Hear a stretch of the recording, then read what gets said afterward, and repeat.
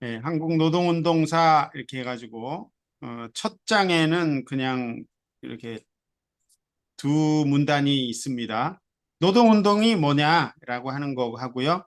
그 다음에 한국의 노동운동은 어떻게 시작됐을까 뭐 이런 건데요. 같은 얘기일 수 있습니다.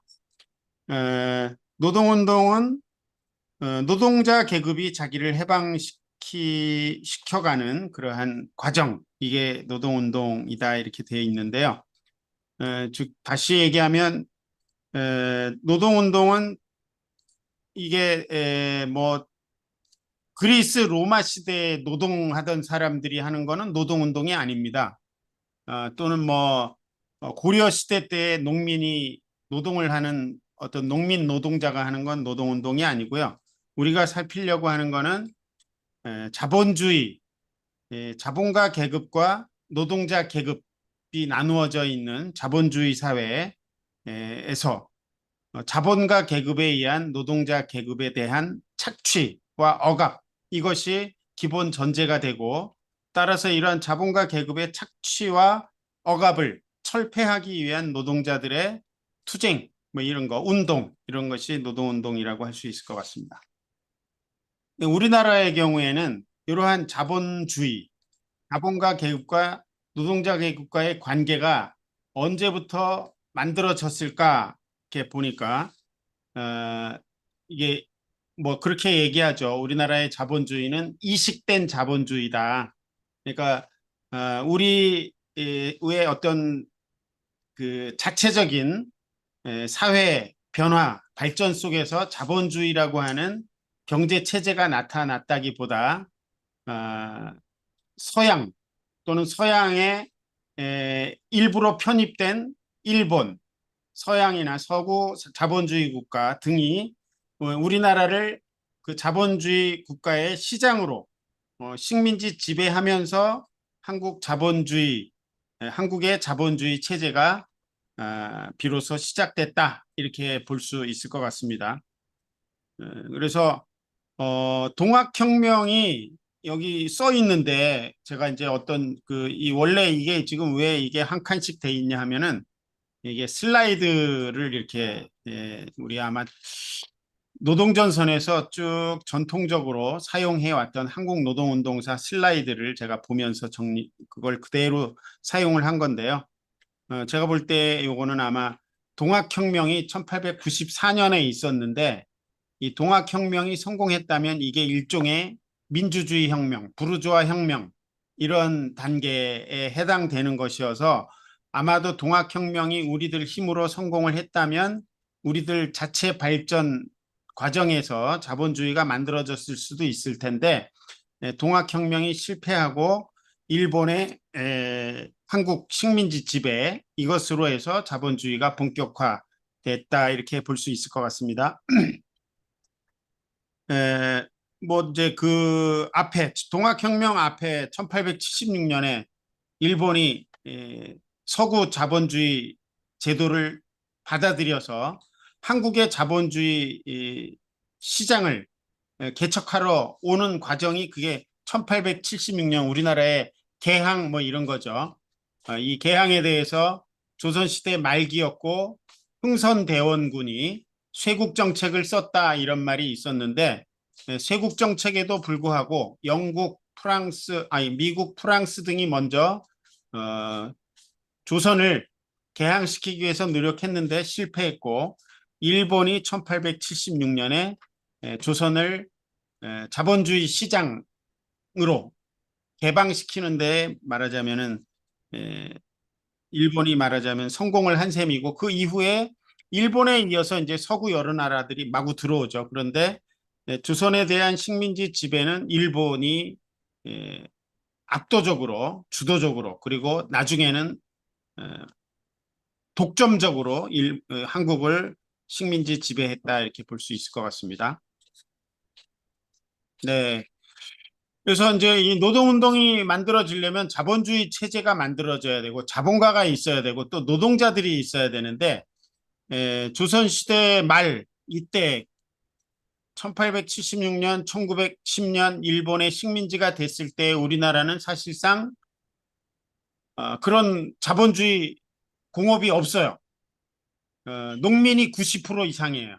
그래서 이 한국의 노동자 계급이 없었는데 노동자 계급이 이제 만들어지기 시작합니다. 그래서 거기 토지조사 사업이라고 하는 거는 농민들을 토지에 묶여 있는 농민들을 일본 식민지 침략자들이 우리나라 농민들을 토지로부터 추방하는 거죠. 토지를 뺏어서 농민들이 이제 도시의 노동자로 많이 될 수 있었다. 뭐 그런 차원에서 아마 토지 조사 사업이 이렇게 이해될 수 있을 것 같습니다.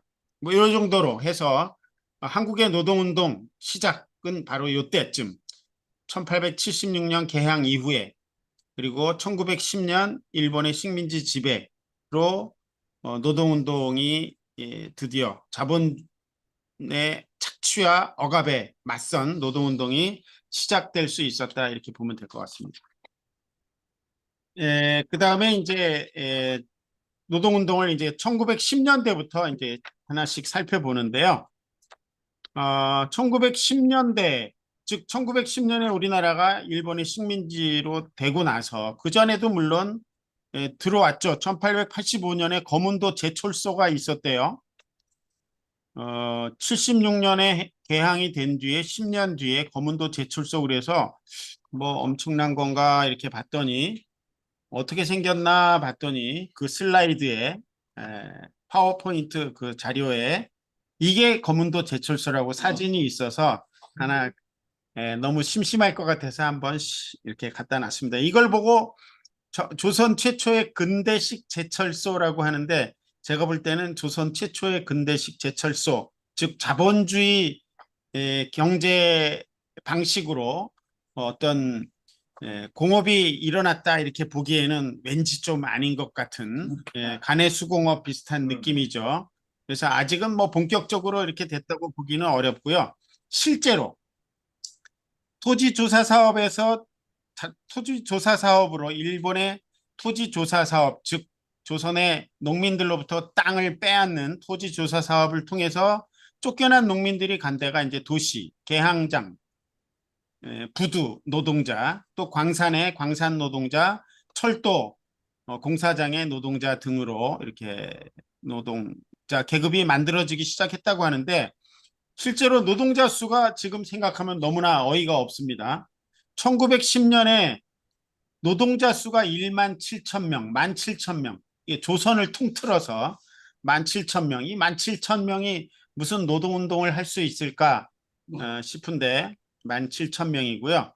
10년 뒤인 1919년 3.1운동이 일어났을 때에는 노동자 숫자가 이제 드디어 한 3배 정도 돼서 4만 7천 명, 3배, 300%니까 엄청나지만 그 숫자는 여전히 4만 7천 명, 굉장히 작죠.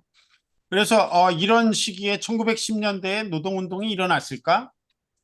그런데 일어났습니다. 대단하죠. 대단한 겁니다. 이렇게 1만 7천 명, 전국에 걸쳐서 1만 7천 명, 4만 7천 명밖에 안 되는데 노동운동이 일어났습니다. 이제 요 노동운동이 발전하는데 굉장히 중요한 역할을 하는 것이 뭐라고 볼 수 있냐면 3.1운동도 물론 이제 이 항일, 일본의 식민지 지배에 대한 저항 운동으로서의 노동운동이 될 수도 있어서 3.1운동도 영향을 미칠 수 있지만 1917년 러시아 혁명, 그죠?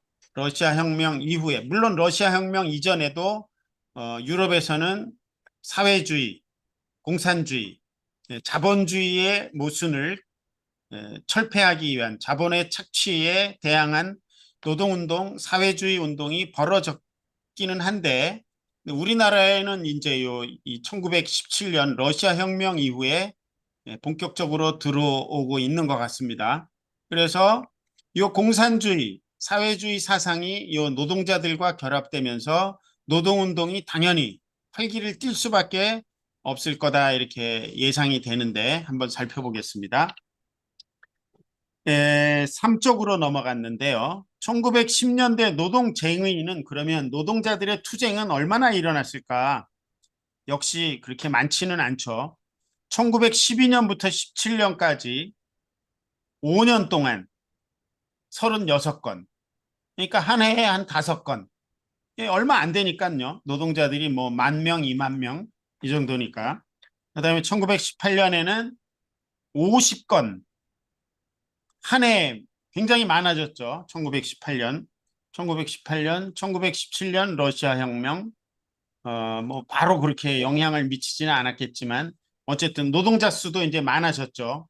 일본의 식민지 지배가 좀 강화되면서 일본의 자본의 어떤 이 조선에 대한 진출이 많아졌을 거고 아마 이렇게 노동운동도 그만큼 격화됐을 것이다. 그래서 한 해에 5건이었는데 1918년에는 50건, 6,100명이 참여했고 그러면 한 건당 한 100명 정도, 그죠? 100명 남짓이 이 노동쟁이를 뭐 노동운동 투쟁을 했다고 볼 수 있겠죠.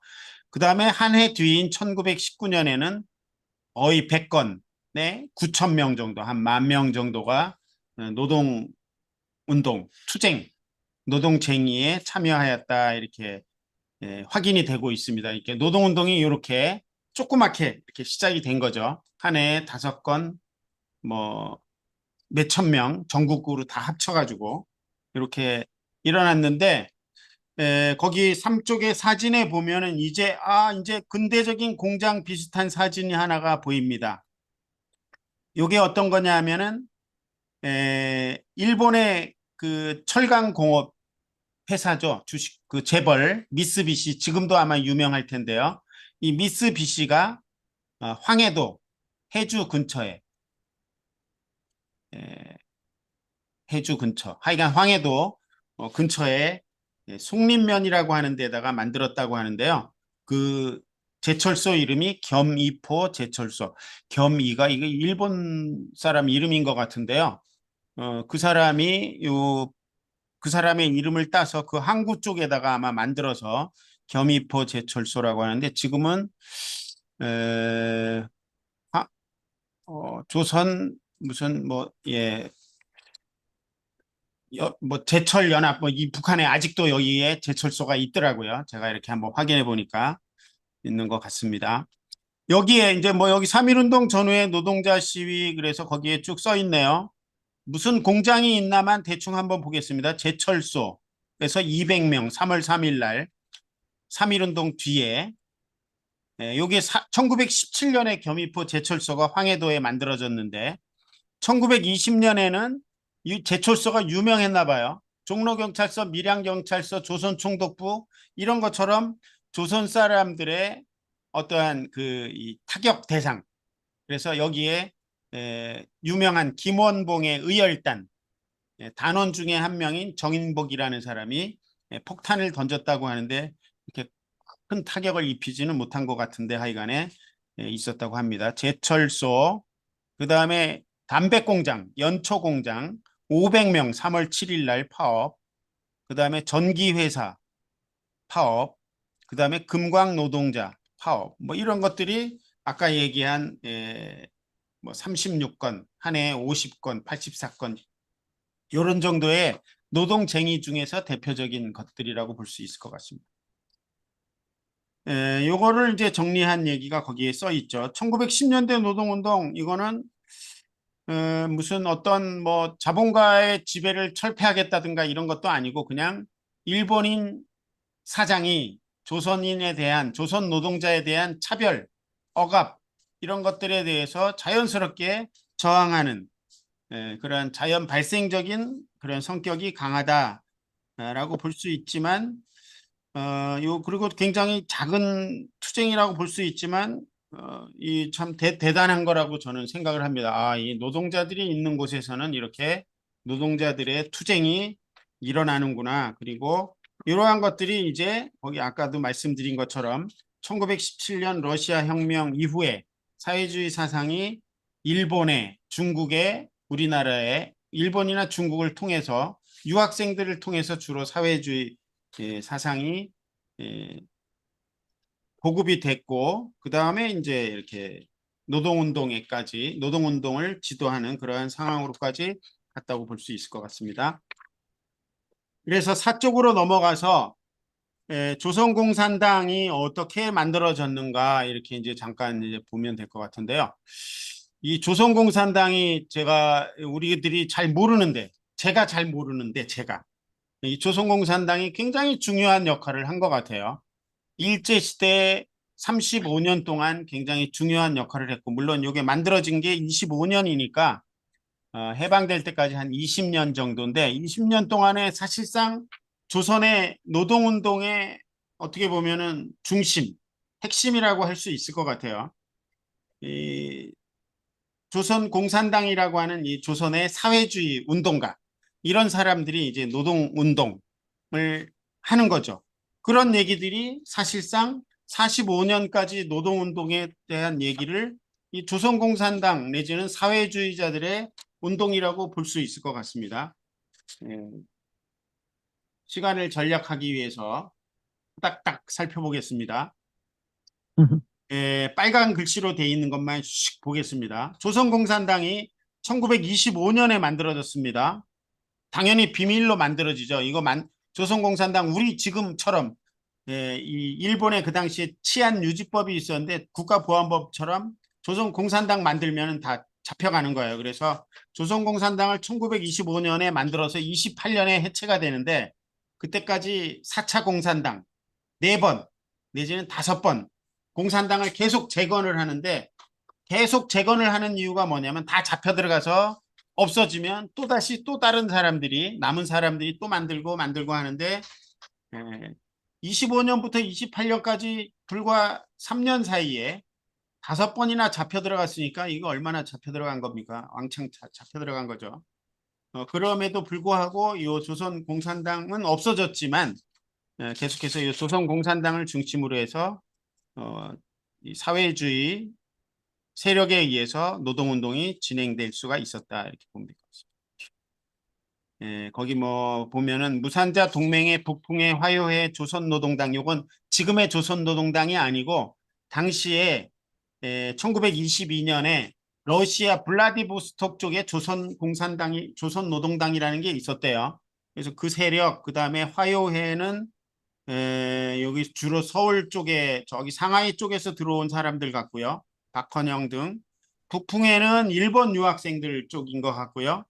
무산자 동맹에는 근데 이 사람들이 다 서울에 있었던 사람들이에요. 딴 데서 블라디보스토크에서 오든 상해에서 오든 일본 동경에서 오든 뭐 해가지고 무산자 동맹회 등등의 이름으로 여러 개의 사회주의 단체가 있었는데 이 단체들 중에서 화요회 북풍회가 중심이 돼서 조선공산당을 25년에 만들었다. 근데 이게 하나가 안 되고 지금 우리들이 보고 있는 것처럼 좌파가 여러 개 분열되어 있는 것처럼 이때에도 당연히 막 나눠져 있죠. 그래서 상해파 공산당, 고려공산당, 이르크츠크파 고려공산당 서로 뭐 싸우고 뭐 자유시 참변 막 이딴 얘기도 나오고 복잡합니다. 제가 잘 모르겠습니다. 그래서 하여간 막 그 서로 싸우는 가운데 이걸 누가 통일을 되게 시켜주냐 하면 모스크바 코민테른에서 이걸 통일을 시켜줍니다. 일국 일당 이래가지고 너 승인해. 그러면 거기 승인이 왜 중요하냐면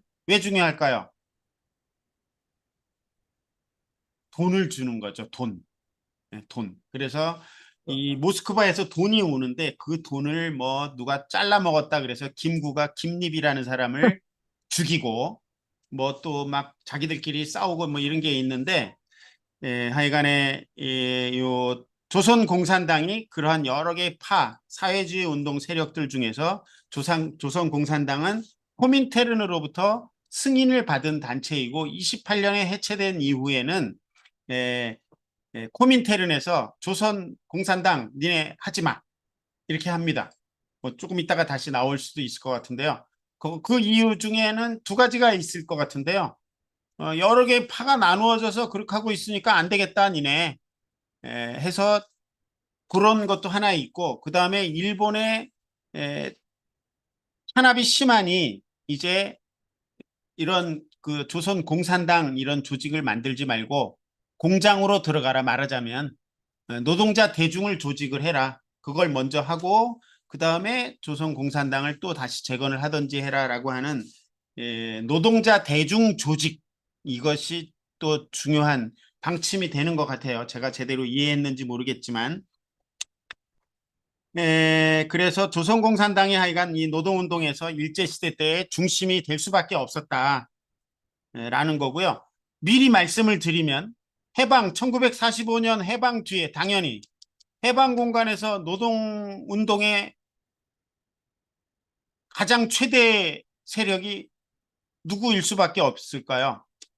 사회주의 이 운동 세력일 수밖에 없습니다. 공산주의 운동 세력일 수밖에 없어요. 그게 뭐냐면 조선공산당이 재건됐고 그 조선공산당과 연결돼 있는 조선노동조합 전국평의회 흔히 하는 말로 전평이라고 하는 게 사실상 1945년 해방 이후에 노동운동의 중심이고 어떻게 보면 유일한 노동운동 세력입니다. 그런데 이게 왜 어떻게 어디로 갔냐? 어디로 갔을까요? 한마디로 얘기해서 나쁜 놈들이 이 전평을 뽀개버렸습니다. 어떤 나쁜 놈들이냐? 에, 미국 놈들입니다. 미국 놈들. 미국 놈들이 미 군정이 이 전평을 뽀개버렸습니다. 이제 1945년이 되면 이제 냉전이 이제 슬슬 시작이 되니까 이 공산주의 세력이 조선 한반도에 발을 붙이지 못하도록 이 전평을 뽀개버렸고요. 그 다음에 또 그 공산당을 없애기 위해서 조선공산당이 만들어져서 조선공산당이 1945년에 한반도에서 제일 강력한 정치 세력이었는데 이것도 없어져 버렸는데 왜 없어졌느냐 하면 이런저런 미군정의 이 장난질의 공작에 의해서 없어졌습니다. 그 중에 대표적인 게 조선 정판사, 조선 정판사 위패 사건. 이거 조선 정판사 위패 사건은 공산당이 정판사라는 출판사를 통해서 저기 소공동에 있는 인쇄소를 통해서 이 화폐를 막 그 가짜 화폐를 위조 화폐를 막 찍어내가지고 이 공산당이 나쁜 짓을 하고 있다 이래가지고 막 사람들을 잡아들이고 그래 죽이고 막 했는데 그게 다 사실인 줄 알았죠. 지금도 굉장히 많은 사람들이 사실인 줄 알고 있는데 그게 완전히 새빨간 거짓말이다. 이게 조작이다라고 하는 게 이후에 이런 여러 가지 증거들 이런 것들 학자들의 연구에 의해서 밝혀졌다고 하는데 이 정판사 위조 지폐 사건으로 공산당은 망했어요. 그 당시에 여론조사를 하면 조선 사람들한테 여론조사를 하면 향후에 조선은 어떠한 정치 체제를 원하십니까? 이거예요. 그런데 놀랍게도 사회주의 몇 프로일 것 같아요. 사회주의 70%, 공산주의 10 몇 프로, 합쳐서 거의 90%, 자본주의 한 10%밖에 안 돼요.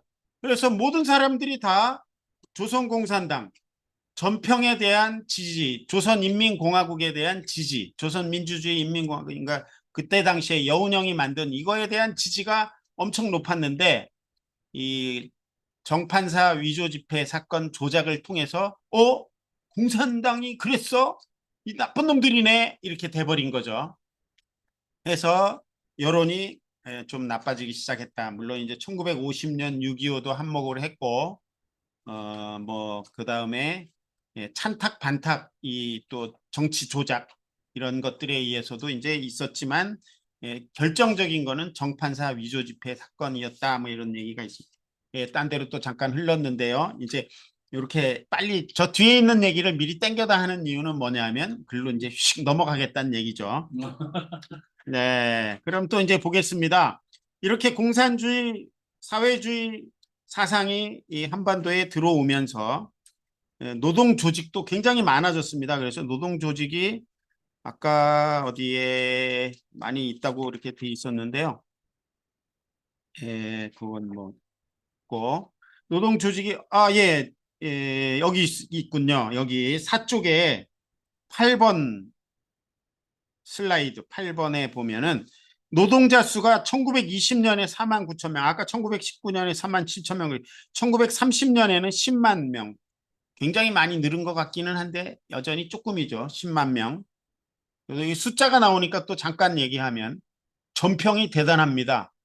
지금 민주노총하고 거의 에, 뭐 손색이 없어요. 1945년에 전평의 조합원 수가 몇 명이냐면은 50만 명이에요. 대단하죠. 아, 이 전평을 깨버렸습니다. 이 참 진짜 분통 터지는 일이 아닐 수 없습니다. 그 전평이 살아있고 조선공산당이 살아있고 미군정이 없었더라면 이 한반도는 평화로운 민주공화국 또 사회주의 공화국 이렇게 찬찬히 발전할 수 있었을 것 같은 생각이 드는데 그런 것들이 미군정에 의해서 박살이 났습니다. 그러니까 미국 놈들은 암만 생각해도 엄청 나쁜 놈들이다라는 생각을 이렇게 하게 됩니다. 이 노동단체가 그래서 얼마나 만들어졌느냐 했더니 1920년에 33개. 노동단체가 뭐 노동조합 이런 것들일 수도 있겠고 뭐 원산노동연합회 이런 노동조합의 연합회 이런 것도 있을 수 있겠죠. 1921년에 90개, 오, 3배가 됐죠. 1922년에 80개, 23년에 100개. 탄압 때문에 아마 계속 숫자가 비슷하게 유지되다가 1930년에 굉장히 많이 늘어났습니다. 560개 단체가. 근데 이런 단체들을 묶어서 전국적인 내셔널 센터죠. 내셔널 센터가 만들어졌습니다. 조선노동공제회라고 하는 것도 21년에 있었다고 하는데 그런 것들이 쫙 해져서 조선공산당하고 좀 이렇게 조선공산당을 만든 그런 사회주의자들이 주도했을 거라고 보여집니다. 조선노농총동맹 맨 처음에는 노동자 농민이 함께 해서 24년에 공산당 만들어지기 1년 전에 그랬다가 요게 나중에 노동자와 농민 나눠서 노동총동맹, 노농총동맹 이렇게 나눠집니다. 이때 싸움은 노동자들의 해방, 그 다음에 민족 해방, 이거 두 개가 같이 될 수밖에 없겠죠. 제국주의 일본을 몰아내자. 그 다음에 조선 노동자들에 대한 차별 철폐하라. 조선 농민에 대한 소장료 인하해라. 일본인 지주 나쁜 새끼들 뭐 이러면서 이제 싸우는 게 이 당시에 노동자 농민들의 싸움이라고 볼 수 있을 것 같습니다. 그 중에서 일제시대 때 가장 컸던 최대 규모의 총파업이 유명한 원산 총파업입니다. 29년에 원산 총파업이 있었고요. 요때쯤에 요게 이제 약간 조선공산당이 탄압으로 해체된 뒤에 다시 조선공산당이 만들어지지 않게 되는데 28년에 해체됐는데 요때쯤에 뭐가 나오냐 하면요. 거기 5쪽에 9번 슬라이드 아래에 보면 있습니다. 1928년에 코민테른에서 태제가 나옵니다. 12월 태제. 그 다음에 1930년에는 코민테른 산하에 노조 조직인 범태평양 노동조합 협의회, 영어로 하면 프로핀테른인데요. 이 프로핀테른의 9월 태제, 코민테른의 12월 태제의 내용인즉슨 그 밑에 있는 것처럼 조선의 혁명적 노동조합 운동의 임무에 관한 태제. 그래서 혁명적 대중조직을 건설해라. 대중조직 건설을 해라. 노동조합 만들어라. 공장에 들어가라. 뭐 이런 것 같습니다. 그리고 파벌로 나눠져 있는 조선 사회주의 운동 세력 총단결 뭐 이런 것들을 강조했다고 하는데 어쨌든 이렇게 되면서 노동운동이 이제 이 대중적인 노동운동이 좀 더 이렇게 활발해질 수도 있었을 것 같은데요. 여기에는 뭐도 또 작용을 하냐면 29년에 세계 대공황 이것도 작용을 할 거고요. 그 다음에 일본의 파시즘화가 또 더 훨씬 진도가 나갑니다. 일본이 1931년에 만주사변을 일으키고 1937년에 중일전쟁을 일으키는데 그리고 1939년에 2차 세계대전이 일어나는데 요때 이 원산총파업이 1929년에 일어날 즈음 시간은 31년, 37년의 만주사변 중일전쟁이지만 일본은 이미 그 전에 이러한 파시즘, 제국주의 이것들이 굉장히 강화됐다고 볼 수가 있겠죠. 그래서 조선공산당 탄압, 하고 노동운동은 지하화할 수밖에 없는 그런 상황에서 요 코민테른 12월 태제, 프로핀테른의 9월 태제가 이해할 수 있을 것 같습니다. 그래서 이때 혁명적 노동조합 운동, 개량적 노동조합 운동이 아니라 혁명적 노동조합 운동 거기 쪼르륵 있습니다. 뭐 흥남 일대에서 네 차례, 원산에서 원산 그룹 활동, 이주하, 나중에 남노당의 중심 인물 중에 한 명이 되는 이주하, 뭐 그다음에 뭐 평원 고무공장 고공농성의 첫 번째라고 얘기되는 그 강주룡, 평양 을밀대 지붕 위에 올라가서 농성했다고 하는 그런 등등의 것들이 있었는데요. 네, 그렇고 그 다음에 그 밑에 10번도 그냥 슬쩍 넘어가겠습니다. 40년대도 비슷하다. 제가 볼 때 40년대 비슷합니다. 일제 한반도 병참기지와 합법운동 다 합법운동이 이제 불가능하게 되니까 다 이제 어용이 되는 거죠. 다 변절. 민족주의자들은 다 변절. 운동 안 해. 그리고 친일로 변절.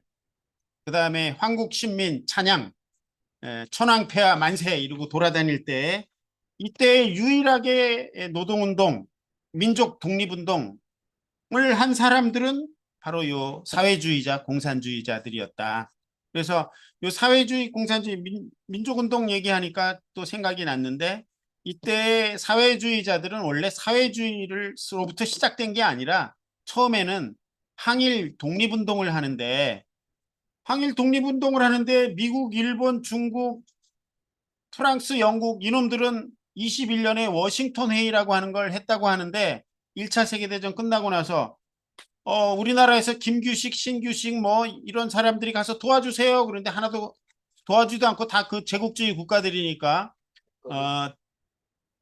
거들떠보지도 않는데 1922년인가 모스크바에서 뭐 극동 인민 무슨 무력자 대회인가 노력자 대회를 하는데 거기에 뭐 박헌영, 영운영 뭐 등등이 가서 이동희 이런 사람들이 가서 얘기하니까 거기는 딱 보니까 예, 이 식민지 해방 지원 막 이런 것들을 하고 거기다가 막 이 경제적인 지원까지 하니까 사회주의로 안 갈 수가 없는 거죠. 그래서 그렇게 됐다. 다 사회주의가 더 이렇게 활발하게 될 수밖에 없었던 게 그런 것들이다.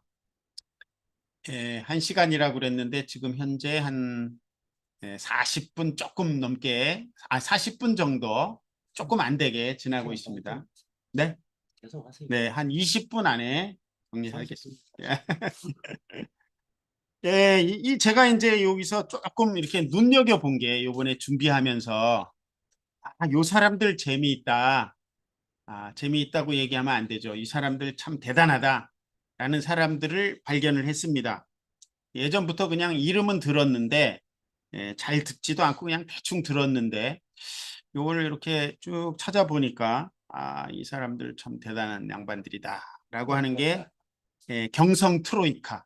들어본 적 한 번쯤 들어본 것 같은데 잘 모를 거예요. 이재유. 그것도 한 번쯤 들어본 것 같은데 잘 모를 거예요. 이재유도 아마 조선공산당 25년에 조선공산당에 함께 했을 거라고 보입니다.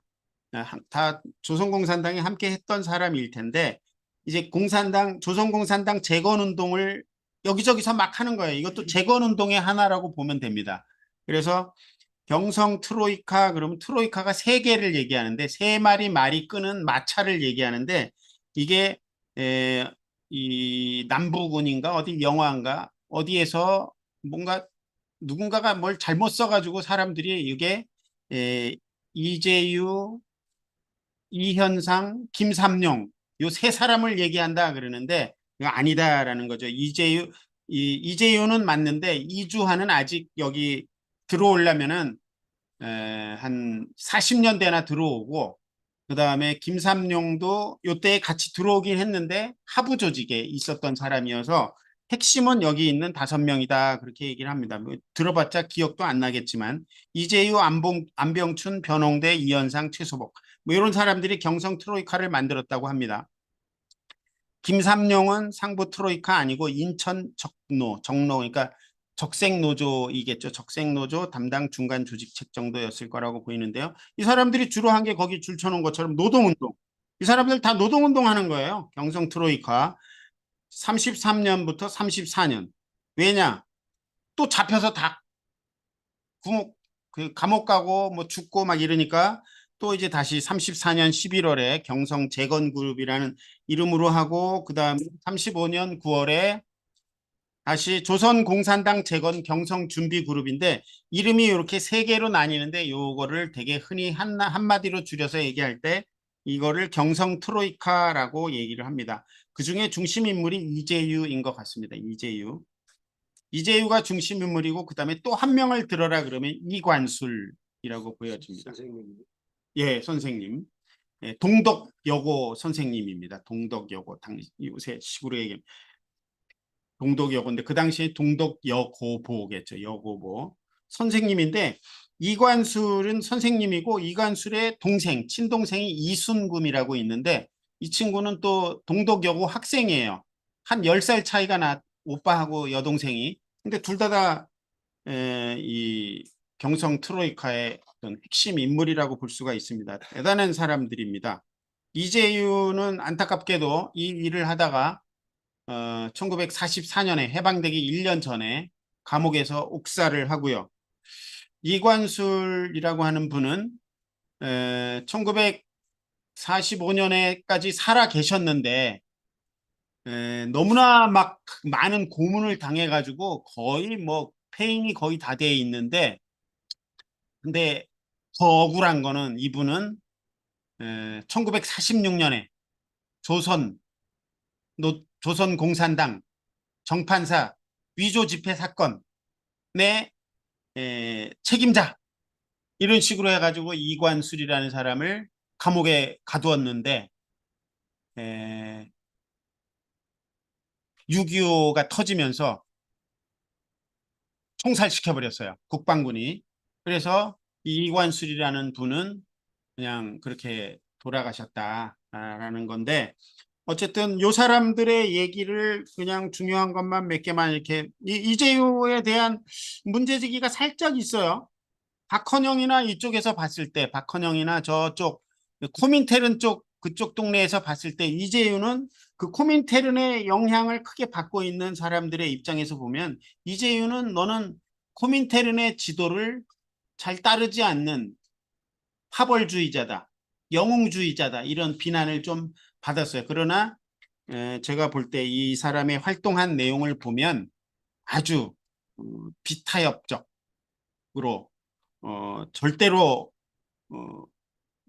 물러나지 않고 끝까지 이렇게 투쟁을 한 그러면서 어떤 일을 주로 했냐면 이 사람들의 주로 얘기는 거기 뭐 이제 경성 콩그룹은 1939년에 또 만들어졌다는 제가 지금 헷갈리고 있는데 하여간 뭐 요 경성 트로이카에 이어서 39년에는 경성 콩그룹이 만들어졌는데 다 비슷한 얘기입니다. 이 사람들의 얘기는 즉각적인 당 재건보다 대중운동을 중요하게 여긴다. 그래서 전부 공장에 가서 조직 활동을 해요.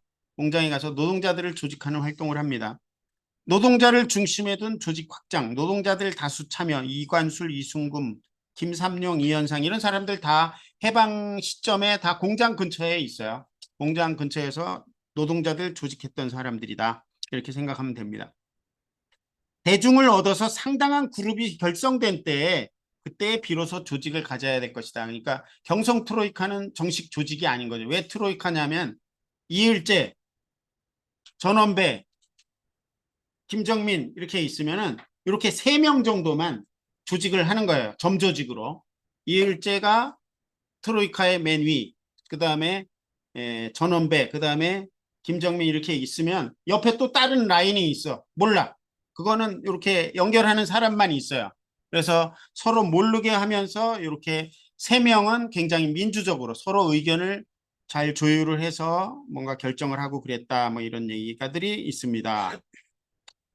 그래서 7쪽으로 넘어갑니다. 트로이카 운동 방침 그런 얘기들 뭐 파업 주로 파업이에요. 이 사람들 하는 게 파업 그 다음에 학생들 학생 조직을 또 많이 했습니다. 동맹휴학 이런 것들을 통해서 혁명적 투쟁을 통해서 조직을 확대하는 방침 주로 내세운 그 지향점은 반전, 예? 반전, 중일 전쟁 뭐 내지는 뭐 반제국주의죠. 반제국주의, 반파쇼. 요새 얘기들이랑 비슷하죠. 혁명적 노동조합, 전국적 정치신문을 창간하자. 그래서 정치신문, 적기 뭐 이런 것들을 만들어내고 또 코뮤니스트 이러한 것들을 만들어내고 했습니다. 노동운동 산별로 조직해서 하고 말은 그래도 국제주의와 국내주의 조화 무조건 국제공산당의 지도 지시만 따르는 게 아니라 이렇게 해야 된다. 맹목적으로 따르기를 거부해서 이제 아마 에, 파벌주의자다 이렇게 이제 비난을 이 이재유는 받았던 것 같은데 이재유가 38년인가 감옥에 들어가요.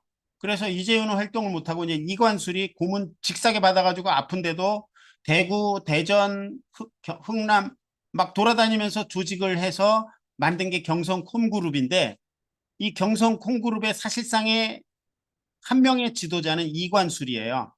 그래가지고 이관술은 많은 파벌들을 다 조직을 했어. 왜냐하면 이재유가 그런 걸 보면서 모든 파벌을 다 이렇게 국제주의도 좀 받아들이고 코민테른하고 연결 뭐 이런 것도 받아들이고 그러면서 경성콤그룹이 만들어졌다고 합니다.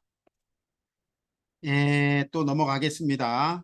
8쪽으로 넘어갑니다. 8쪽. 여기에 이 경성 트로이카가 한 게 결국은 노동운동이다라고 하는 걸 확인하기 위해서 이렇게 제사 공장, 실 만드는 공장, 섬유 공장, 별포 고무신 공장, 소화 제사 공장, 실만 섬유회사, 고무 공장, 견직, 고무, 제사, 용산 공작소 뭐 이런 데에서 이 사람들이 다 파업한 거예요. 파업. 여기 나오죠. 이재유, 이순금, 이현상, 안병춘, 변홍대 뭐 이런 사람들이 이렇게 파업을 일으킨 사람들이고요. 거기 그쪽에는 동맹휴학 이렇게 했던 사람들이 여기 있습니다. 네, 그 다음에 이제 또 넘어가 보겠습니다. 10쪽 경성콤그룹 조금 아까 얘기했죠. 이관술과 이순금 자매가 중심이었고 김삼룡이 여기에 결합을 해서 김삼룡은 나중에 이주화와 함께 저기였죠. 남로당 박헌영이 북으로 올라가고 난 뒤에 남로당의 사실상 핵심 인물이었다고 하는데 이주하는 북으로 가서 살아남았다가 나중에 박헌영 남로당 일당 미제 간첩이다 처형할 때 처형이 된 것 같고 김삼룡은 1946년 요 남쪽에서 죽은 것 같습니다. 이관술, 박헌영 뭐 등 공산주의자 뭐 경성콩그룹에 이런 사람들이 화요파, 상해파 뭐 다 들어왔다. 경성콩그룹 활동. 이 사람들도 내내 공장 세포 활동, 가두 세포 활동, 노동자 리플렛 만들고 메이데이 투쟁 지침서 만들고 마산, 부산, 경인, 섬유노조, 금속 막 이런 반제 동맹 활동 열심히 했고 41년에 이관술, 이현상, 김삼룡 체포되고 이 45년까지 네 차례 검거됐는데 박헌영은 약간 도망 다녔다. 뭐 영등포 벽돌 공장에서 일했다고 하는데 근데 사실은 별로 광주인가 어디서 했다는데 이 사람들이 나중에 박헌영을 재판할 때 그렇게 얘기를 한 건지 또 실제로 좀 그런지 박헌영은 조금 이때 활동을 좀 덜 했다. 뭐 이런 얘기들이 있습니다. 이제 11쪽 해방 후의 상황으로 넘어갑니다.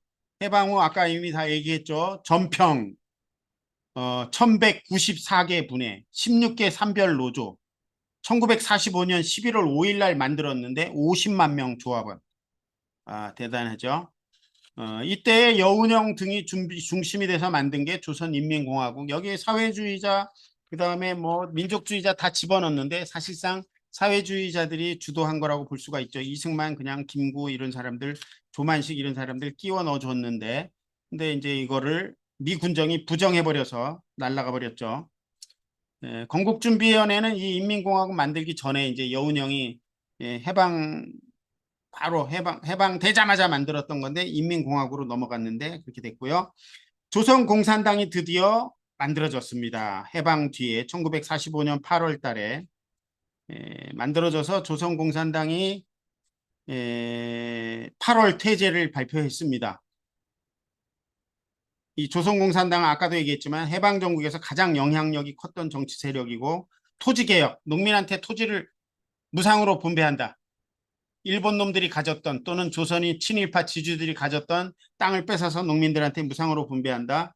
산업은 국유화한다. 계획경제를 실시한다. 적산 공장은 다 노동자 자주 관리한다. 막 이런 것들을 결정했던, 그리고 이때 공산당의 입장은 사회주의 국가를 만드는 게 목표가 아니었고요. 이제 조선은 아직 민주공화국, 부르주아 혁명 단계다. 그래서 인민공화국 만드는 혁명적 민주주의 공화국을 만들겠다 이런 것이요. 그게 아직까지 70년 동안 계속되고 있는, 북쪽에서는 내지는. 그래서 거기 아까 19분 거기에 바로 있죠. 아까 미 군정이 여론조사를 했습니다. 46년 9월에 미래의 한국 통치구조 농민 노동자 상인 전문직 미국 놈들이 조사한 건데, 자본주의 13%, 사회주의 70%, 공산주의 10%, 합쳐서 80%, 자본주의, 사회주의, 공산주의 이런 여론이었다는 거죠. 예, 전평, 예, 요새랑 비슷합니다. 최저임금제, 8시간 노동제, 이 전평의 강령, 일반 행동 강령, 최저임금제, 8시간 노동제, 사회보장 실시, 세계 노동계급 단결, 뭐 이런 거, 농민운동 지지, 조선인민공화국 지지, 예, 12쪽으로 넘어가서 인데 이게 다 작살났습니다. 미 군정에 의해서 불과 3년 동안에 작살났습니다. 1945년 12월에 미 군정이 일본인 재산을 다 몰수한다고 그랬어요. 이 미국 놈들이 지들이 뭔데 몰수를 하냐, 이 나쁜 놈들이. 그런데 이 몰수가 됐어요. 원래 전평이 자주관리 운동 한다고 그랬는데 망한 거죠. 미국 놈들이 다 뺏어서 친일파들이나 이런 놈들한테 다 불화, 적산 불화 해버리니까 땡이죠. 그 다음에 정판사 위조 집행 사건 조작해가지고 조선공산당 악랄하게 탄압을 해서 이렇게 됐고요. 그렇게 됐습니다. 근데 사실은 조선 이 위조 지폐가 있기는 있었는데, 많이 있긴 있었는데, 이 조선 총독부가 패망하고 도망가면서 미국 놈한테 사전에 양해를 얻어서, 미국 놈인지 미국 놈인 것 같아. 미군정의 동의를 얻어서 여기 있네. 이미 돈을 박 찍어냈어요, 이놈들이. 네? 그래가지고 그 돈으로 자기 필요한 물건을 말하자면 조선에서 자기 물건들 아마 이렇게 주워 갖고 갔을 것 같아요. 자기 도망가는 자금으로 썼을 것 같아요. 그래가지고 돈을 엄청나게 찍었다는 거야. 아마 요새 돈으로 말하자면 아마 수천억 원을 찍었대나 뭐 이제 그런 얘기가 있는데, 그거를 여기 조선 공산당에다 다 뒤집어 씌운 거죠. 46년 6월에 요 정판사 위조 집회 사건 조작해서 조선공산당 탄압하고 이러니까 이제 조선공산당에서 싸우자 이렇게 됐겠죠. 전평에서도 싸우자 그래서 싸운 게 46년 9월 총파업, 쌀을 달라 뭐 등등등, 공장 폐쇄 반대, 노동운동 자유, 일체 반동 테러 안돼 뭐 이게 등등, 요새 주장이나 비슷합니다. 13쪽에 해방 공간에서의 노동운동, 모든 권력을 인민위원회로 미군정한테 요구했지만 뭐 그냥 묵살됐고, 46년에 아까 9월에 총파업, 10월에 인민항쟁, 이거 유명하잖아요. 10일 대구 폭동, 철도 노동자들부터 시작해서, 그죠? 46년 10월 인민항쟁. 이제 이때 막 겹치는 게 뭐냐면은 남한 단독정부 수립. 그래가지고 48년에 단독정부 수립하는데 그거에 반대하는 또 투쟁을 이제 많이 했었겠죠. 그래서 그거와 관련된 게 이제 47년 3월 제주 총파업, 3월 총파업 했는데, 총파업 하는데 이 제주 사람들을 몇 명, 6명인가를 애를 포함해서 경찰이 쏴서 죽여가지고 그거 갖고 싸우다가 48년도에 4.3 항쟁이 터지게 되는 거죠. 그랬다가 4.3 항쟁 터질 때 제주도의 이 4.3 항쟁 참가자들을 진압하기 위해서 48년 10월에 여수 부대 14연대를 보내려고 그랬다가 이 여수 14연대 부대가, 박정희를 포함한 여수 14연대 분대가 반란을 일으킨 게 여순 반란이고 다 미군정한테 진압이 돼버렸죠. 조선공산당 이런 과정을 거쳐서 조선공산당 전평 몰락했다고 볼 수가 있죠. 남한 노동운동 세력 거의 전멸. 그랬다가 다시 살아나는 게 이제 한 10년 뒤에 4.19 혁명 이후에 잠깐 살아났는데 5.16으로 다시 두들겨 맞고, 요때 전평을 때려잡기 위해서 미군정이랑 이승만하고 만들어낸 게 지금 말하자면 한국노총이죠. 그 당시에 이름은 대한노총. 그래서 대한노총을 만든 게 46년 3월 10일이어서 우리나라가 박정희 때까지 노동절이 3월 10일이었죠. 근로자의 날이라고 그래서. 그래가지고 언젠가 87년 이후에인가 노동절을 5월 1일 날 되찾았던 걸로 알고 있습니다. 13쪽에서 넘어가서 14쪽. 그랬다가 60년에 작살나고 또다시 노동운동이 거의 이제 무력화된 뒤에 70년에부터 70년대 노동운동이 다시 일어나기 시작하는데 그 기폭제 역할을 했던 게 전태일 열사의 분신투쟁이죠. 그런 거 다 아는 내용이죠. 그런 거. 그다음에 거기 14쪽에 70년대에 그래서 여성 노동자들의 노동운동이 활발하게 일어났죠. 구로공단에 노동조합들이 많이 만들어졌습니다. 그것들이 80년 5월 광주항쟁을 거치고 뭐 이러면서 80년대 중반에 구로연대, 구로동맹파업 이렇게 해서 80년대에 87년 6월 항쟁 그리고 노동자 대투쟁 7, 8, 9 노동자 대투쟁으로 노동운동이 다시 살아나게 되는 거죠. 80년 광주 항쟁 이후에 왜 그랬을지 잘 모르겠는데요. 80년 광주 항쟁 이후에 하여간 모든 운동이 사회 변혁 운동이 활발하게 일어났습니다.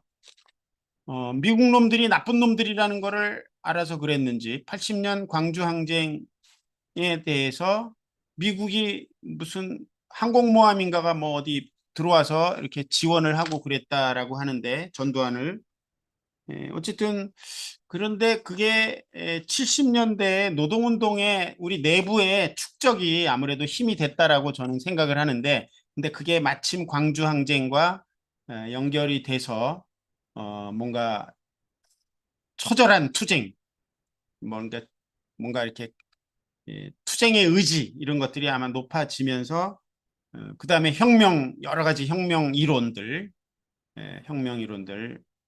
이런 것들이 굉장히 활발하게 일어나면서 노동운동이 87년에 활발하게 됐다. 그래서 87년에 얼마나 노동운동이 활발했는가를 봤더니 15쪽에 32번 슬라이드에 보면 32번 슬라이드에 보면 87년에 현재 노조 숫자하고 조합원 수를 보면 노조가 87년에 한국노총이죠 물론 2,700개 한 3,000개 그리고 한 100만 명 그것도 적지 않네요. 많네요. 어용이지만. 그런데 89년에 87년 7, 8, 9 투쟁이 있고 난 뒤에 노조 수가 몇 개냐 하면 2,700개에서 7,800개 5,000개가 만들어졌어요. 늘어났어요.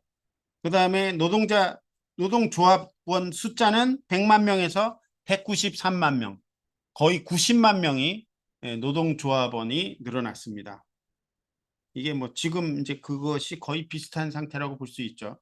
지금 현재도 한국노총, 민주노총 합쳐서 한 250만 명 되니까 조금 늘은 정도지 87년 그때 운동의 어떤 세력을 거의 유지하고 있는 것 같습니다. 이 87년 노동자 대투쟁이야말로 지금 현재의 민주노조 운동의 출발점이다. 여기서부터 시작해서 87년 한 해만 끝난 게 아니라 87, 88, 89 쭉 가면서 이 힘으로 1990년에는 전국 노동조합 협의회, 이 전노협은 전노협 한다는 것 자체가 불법이었잖아요. 그 당시에는 민주노총도 민주노총 한다는 것 자체가 불법이죠. 왜냐하면 우리나라에는 단일 노조 법이 있어서 다른 노동조합을 만들면 안 되죠. 한국노총 이외에. 그래서 전노협을 만들고 전노협에 가입하는 것만으로도 그 노동조합은 탄압의 대상이 되고 구속의 대상이 됐던 게 이 시기인데 그렇지만 그걸 돌파하고 1990년에 전노협을 사실상 돌파해서 만들어냈고 95년에 민주노총까지 갔었던 게 이 87년 789 노동자 대중투쟁에서 가능했던 것이다. 이게 이제 그 전에부터 쭉 축적된 어떤 노동운동의 힘이라고 볼 수 있겠죠. 노동운동, 학생운동, 뭐 사회변혁운동 이런 것들의 힘이라고 볼 수 있겠죠. 해서 그 100만 명 중에 당시에 190만 명 중에서 그럼 전노협은 얼만큼이냐? 탄압을 받으니까 많이 들어갈 수가 없잖아요. 한 20만 명 전노협이었고요. 투쟁 저항 이때 이미 이제 이때는 이제 80년대에 들어와서 사회주의가 이제 복원이 된 거죠.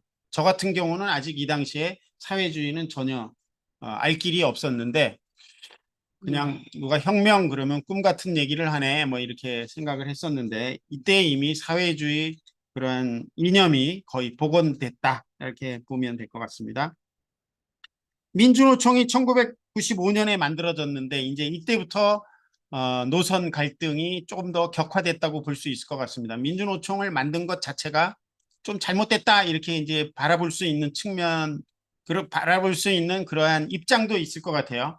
왜냐하면은 요 민주노총을 창립하는 과정에서 그러니까 내셔널 센터를 만드는 과정에서 민주노총처럼 만들 거냐 전노협을 확대할 거냐 한마디로 얘기하면 투쟁적인 조직 전노협으로 갈 거냐 아니면은 독일식의 소산별 체제 이런 걸로 갈 거냐 했을 때 국민파 중심으로 해서 주장이 민주노총이었던 것 같고 그 다음에 그 반대하는 세력들이 전노협이 있었던 것 같은데요. 전노협으로 가자라고 하는 이란 사만이 있었던 것 같은데 민주노총으로 결국은 정리가 돼버려서 이때부터 이제 이 노동운동이 그 전부터도 물론 있겠지만 노선 갈등이 좀 더 이렇게 격화됐다 이렇게 볼 수 있을 것 같습니다. 그럼에도 불구하고 16쪽에 노개투 총파업 9697 노동자 대투쟁 이것도 엄청난 거죠. 요것의 배경은 역시 마찬가지죠. 민주노총이 만들어지면서 뭔가 사회적 합의주의 이런 분위기 속에서 자꾸 이 권력과 타협을 하면서 김영삼이 그 당시에 노동법을 개약시키는 이 법을 국회에서 통과시켰는데 그러한 빌미를 줬던 게 당시 국민파 민주노총 지도부라고 일단 저는 생각이 되고요. 권영길, 뭐 담병호 이렇게 이어지는 담병호 결정적으로 이수호였죠. 그거 또 이제 그거 조금 더 뒤겠죠. 하여간 그런 일들이 있었는데 하여간에 해서 어쨌든 간에 이 9697 총파업을 해서 막아냈습니다. 대단히 이것도 대단한 일이라고 볼 수가 있죠. 9697년에 96년 12월 달에 15만 명의 노동자가 총파업. 아마 이 당시 이게 아마 우리 대한민국의 노동운동에서 가장 큰 규모의 총파업이 아니었을까 싶은데요.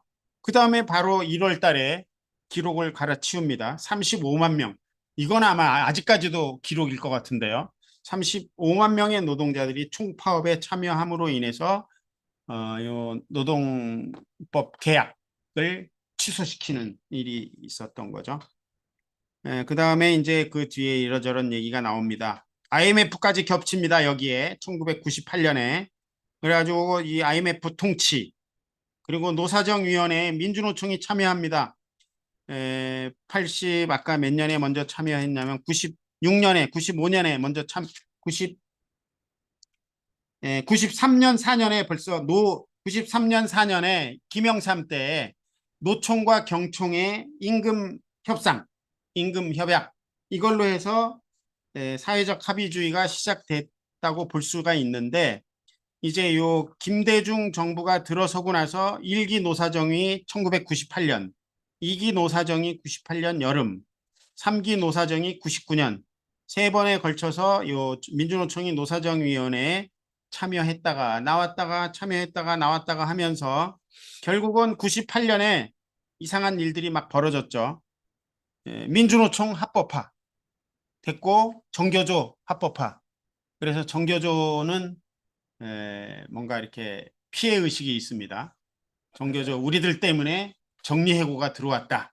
이런 게 있는데 그건 정교조의 잘못이 아니라 이 당시 민주노총 지도부가 민주노총 합법화, 정교조 합법화 그딴 것이 무엇이 중요한지 모르겠지만 하여간 그거를 받으면서 그걸 받기 위해서라기보다 이미 타협을 하는데 이미 마음이 기울어져 있었기 때문에 그 타협의 떡고물로 그걸 받은 것뿐이죠. 그래서 정리해고제가 들어왔고 이때 이후로 비정규직이 2,500만 노동자 중에 1,500만인 사회 시대가 돼버렸고 신자유주의 구조조정이 전면화되는 게 그때 이후로 지금 한 20년 동안 20여 년 동안 신자유주의 구조조정 정리해고제 비정규직이 이렇게 일반적인 아주 당연한 것처럼 돼 있는 세상에 우리는 지금 살고 있다. 활동가 조직 분화 그래서 뭐 이렇게 저렇게 있습니다. 여기에 우리 그 현장 실천 사회변형 노동자 전선 뭐 있고요.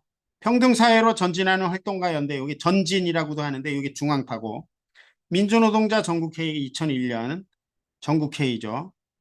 그다음에 노동운동 발전정책연구소 노동운동 전략연구소 요거는 뭐 무슨 뭐 강승규가 만들었다는 이상한 조직인 것 같고요. 뭐 해간 해서 이렇게 되고 있습니다. 38, 39, 40, 41. 민주노동당 우리 과제가 있습니다. 이래서 하여간 뭐 이렇게 노동자 정치 세력화 관련해서 노동운동의 노동운동과 노동자 정치 운동 뭐 당연히 관계가 있겠죠. 그래서 어떻게 노동자들이 노동 해방을 향해서 또 자본주의 철폐를 위해서 사회주의 실현을 위해서 어떻게 자기 정치 세력을 강화하고 확대할 것인가 지금과 같은 상황에서 어떻게 할 것인가 이게 고민이 필요한 시점인 것 같고요. 현재 노동운동 민주노총 이후에 큰 걸 하나 만들다 보니까 제가 볼 때 이 큰 거를 유지하기 위해서 온 힘을 다 쓰고 노동 해방, 사회주의 실현, 자본과 억압 철폐 이런 것들은 조금 뒷전이고 이렇게 노동조합 관리하는데 큰 노동조합이 만들어지다 보니까 관리하는데 좌우를 막론하고 힘을 쏟으면서 놓치고 있는 게 있지 않는가 이런 반성이 좀 필요한 것 같고요. 하여간에 여기서 마치려고 하는데요. 1시간 조금 넘었네요. 제가 예상한 것처럼 1시간 정도를 했는데요. 어쨌든 이거 보면서 저한테 강하게 남는 거는 경성 트로이카, 대중들을 조직하는 거, 대중들에게 이 사람들 감옥에 가고 죽음을 당하고 뭐 이런 것들을 각오하면서 경성 트로이카, 경성 콤그룹, 일본의 악랄한 탄압, 파시즘 막 이런 상황에서도 이 사회주의 노동운동을 발전시키기 위해서 노력하는 그러한 모습들 좀 고민을 해봤으면 좋겠다라는 생각을 말씀드리면서 말씀을 마치겠습니다. 잘 전달됐는지 모르겠네요. 예. 이거 네. 엄청난 양인데.